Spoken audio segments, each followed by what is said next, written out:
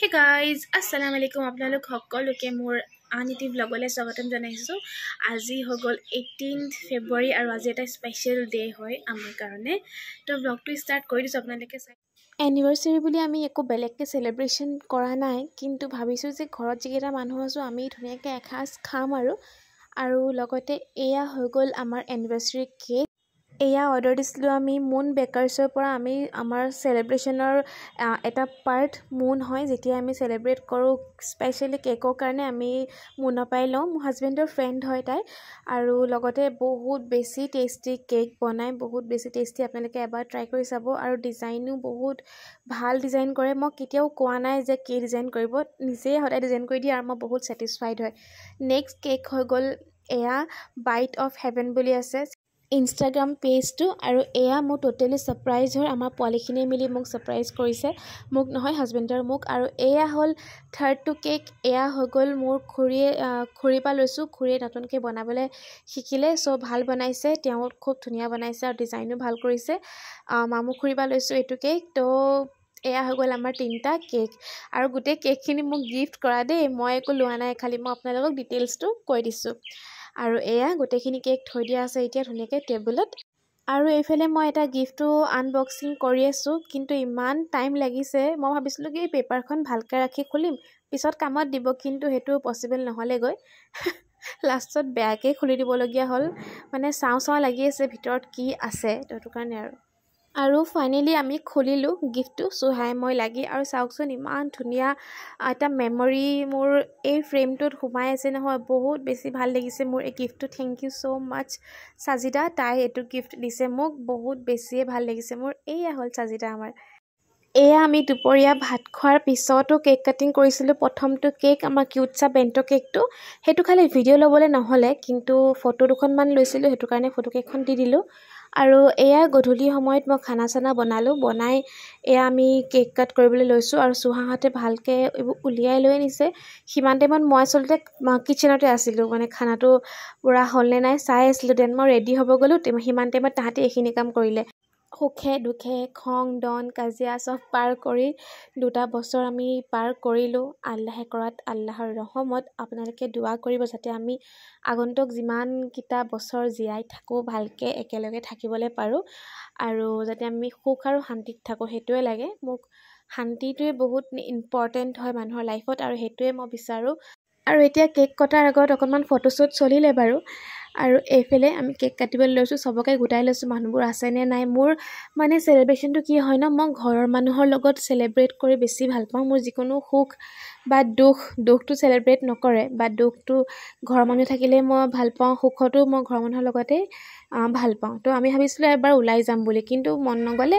ভাবিলোঁ আম্মাহঁতে যেতিয়া ইমানখিনি মানে আমাৰ কাৰণে ছাৰপ্ৰাইজ প্লেন কৰিছে, ইমানখিনি এৰেঞ্জমেণ্ট কৰিছে, তেনেহ'লে আমি আকৌ বাহিৰলৈনো কেলৈ ওলাই যাম। আৰু এই গোটেই প্লেনিংখিনি আম্মাহঁতৰ হয় দেই, আমি একো কৰা নাছিলোঁ। পিছত মই গম পাই গৈ আছোঁ, আৰু যেতিয়া আম্মাহঁতে এক্সিকিউট কৰি গৈ আছে।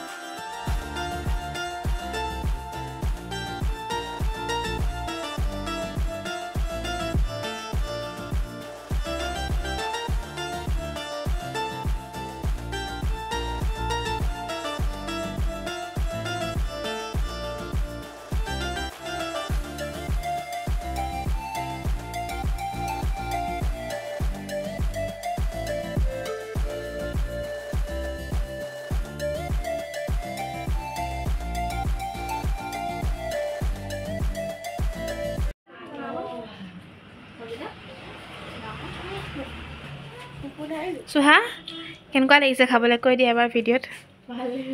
অঁ, এতিয়া মোক খুব তাৰিফ কৰি আছিলে, কেমেৰাটো অন কৰাৰ লগে লগে ভাল লাগিছে কৈ পেলাই মোক কৈ দিলে। এতিয়া কি কৈ আছিলে আৰু এতিয়া মনে মনে থাকিলে চা। সাজিদা ভাল লাগিছে নে? ফুলাখন ল চুহা। সাজিদাই আমাৰ জলকীয়া খাই দেই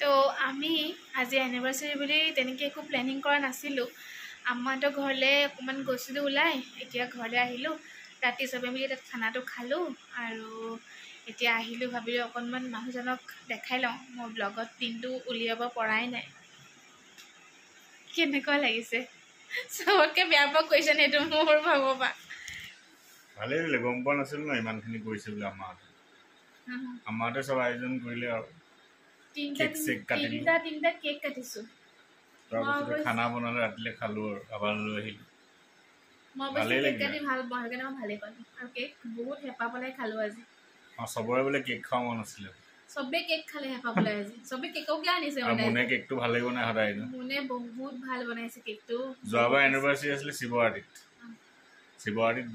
দোকানতে কাটিলোঁ কেক এইবাৰ আৰু ইহঁতৰ ঘৰত অহা বছৰ আকৌ ক'ত হয় নহয় প্ৰত্যেক বছৰে কিমান সলনি হৈ যায় ন বস্তুবোৰ পুৰা চেঞ্জ হৈ যায় যোৱাবাৰতকৈ আমি পুৰা এবাৰ অলপ চেঞ্জ হ'লোঁ ন কিন্তু কৈ আছে আৰু জীৱনটো ঠিক আছে কেনেকুৱা লাগিছে কোৱা 2 বছৰ বিয়া পাতি তোমাৰ কেনেকুৱা অনুভৱ হৈছে এক্সপেৰিয়েন্স তোমাৰ মোৰ লগত অহা বছৰ আৰু ভাল হ'ব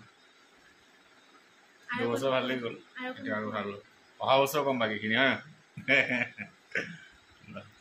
নহ'ব ক'ব লাগিব তুমি ক'ব লাগিব নাই যোৱা ক'ব লাগিব কোৱা কি ক'ম কিবা কিবি কোৱা বিয়া পাতি কেনেকুৱা লাগিছে যোন বিয়া পাতিম ভাবি আছে ভালেই লাগিছে এইটো লৈ আনিছে মোলৈ এনিভাৰ্চাৰী গিফ্ট চাওক মোক নালাগে তাক মজাই দিছে পৰিয়ে দিলে লগালো আৰু বুঢ়ী ভৰিখন মচি দিব লাগিব দেই বুঢ়ী গোটেই ধূলি লাগি আছে এইটো চাওক আৰু তোমাৰ নতুন চাৰ্টটোত লগাই দিলা এইটো আমাৰ নতুন গ'ল্ড ফ্লেগ ইয়াৰ নাম গ'ল্ড ফ্লেগ জিএফ মাইকী হ'লে গ'ল্ড ফ্লেগ দিলে ভাল নালাগিব ন নামটো একো নাই মাইকী হ'লেও গ'ল্ড ফ্লেগে ভাল লাগিব হেৰি দিব লাগিব কি ভাল লাগিব মাইকী হ'লে গ'ল্ড ফ্লেকি কপি আছো সেইটো কাৰণে তাই জিএফ আকৌ ঠাণ্ডা চলাই থৈ গ'লো না মুঠি দিলে যে মুঠি দিছে মজা আছে গ্ৰথটো মজা দিছে না ইমান অকণমানতে ইমান উৎপাত কেনেকুৱা উৎপাত কৰে ৰাতি শুব নিদিয়ে মোক আৰু ৰাতি শুবলৈ দিয়ে ৰাতিপুৱা উঠাৰ পিছতে হৈ গ'ল আৰু তাৰ মই বাহিৰত থৈ দিলোঁ আজি ৰাতিপুৱা বাহিৰত দুৱাৰখন মাৰি পিনি পেচাব কৰিবলৈ গ'লোঁ সোমাই অহা নাই তাৰপিছতে সোমাব নিদিয়ে দুৱাৰখন ভাঙিটো যেন গৈছে মানে ভিতৰলৈ আহিবলৈ বিচনালৈ আহিব লাগে গাখীৰ লাগিয়ে আছে মুখতে চাওক গাখিছোঁ যা